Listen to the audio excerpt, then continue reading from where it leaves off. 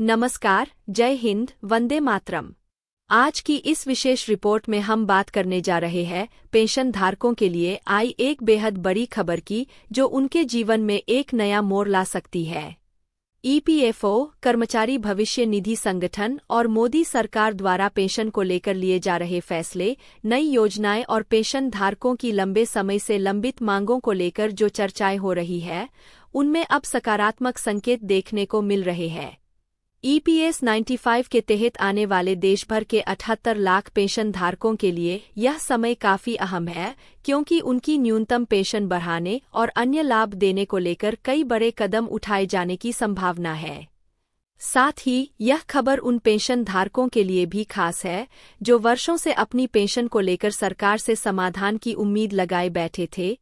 हाल ही में हुई केंद्रीय कैबिनेट की बैठक में पेंशन धारकों की समस्याओं और उनकी प्रमुख मांगों को लेकर विस्तृत चर्चा की गई।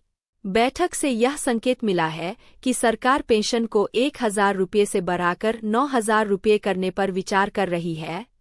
इसके अलावा पेंशन में डीए, महंगाई भत्ता और मेडिकल सुविधाओं को भी शामिल करने की दिशा में कदम उठाए जा सकते हैं।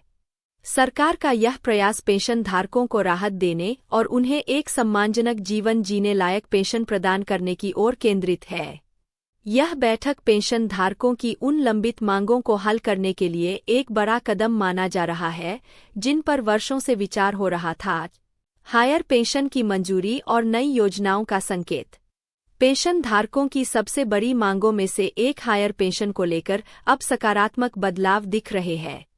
ईपीएफओ ने हायर पेंशन के लिए आवेदन स्वीकार करने शुरू कर दिए हैं।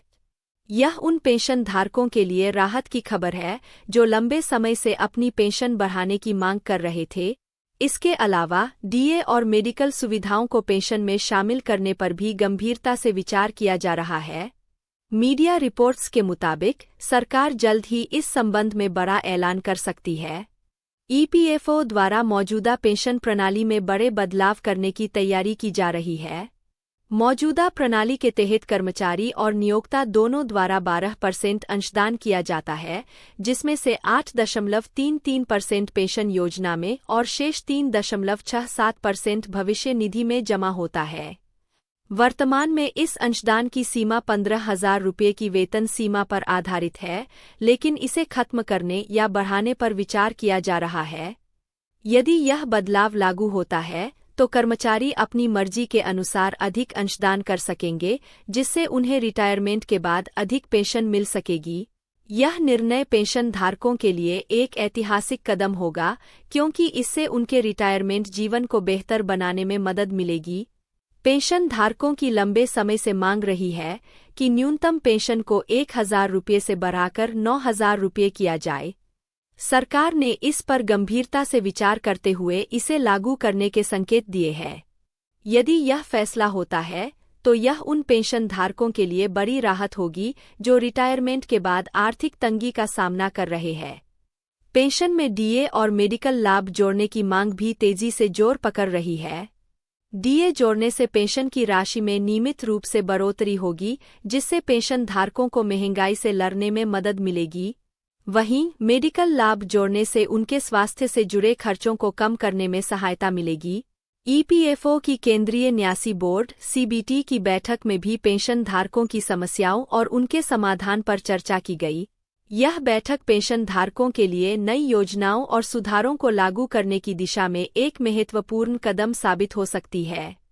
सरकार का उद्देश्य है कि प्रत्येक पेंशन धारक को एक ऐसा आर्थिक आधार प्रदान किया जाए, जिससे वे रिटायरमेंट के बाद एक सम्मानजनक जीवन जी सके। इसके लिए सरकार और ईपीएफओ मिलकर पेंशन प्रणाली में सुधार करने की दिशा में काम कर रहे हैं। नई पेंशन व्यवस्था के लाभ। 1. न्यूनतम पेंशन में बढ़ोतरी। 2. डीए और मेडिकल सुविधाओं का समावेश। 3. अंशदान की सीमा में बदलाव। 4. हायर पेंशन का लाभ। मीडिया रिपोर्ट्स के अनुसार नए साल से पहले पेंशन धारकों को बड़ी खुशखबरी मिल सकती है।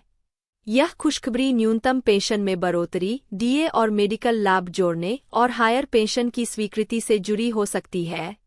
यह समय पेंशन धारकों के लिए नई उम्मीदों और खुशियों का समय है। सरकार और ईपीएफओ के इस संयुक्त प्रयास से पेंशन धारकों को वह राहत मिल सकती है जिसकी वे वर्षों से उम्मीद कर रहे थे।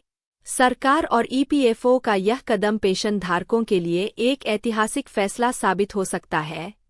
यदि पेंशन में बढ़ोतरी और अन्य सुविधाओं को लागू किया जाता है तो यह लाखों पेंशन धारकों के जीवन को बेहतर बनाने में सहायक होगा।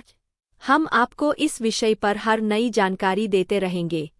चैनल को सब्सक्राइब करें और बेल आइकन दबाएं ताकि आपको पेंशन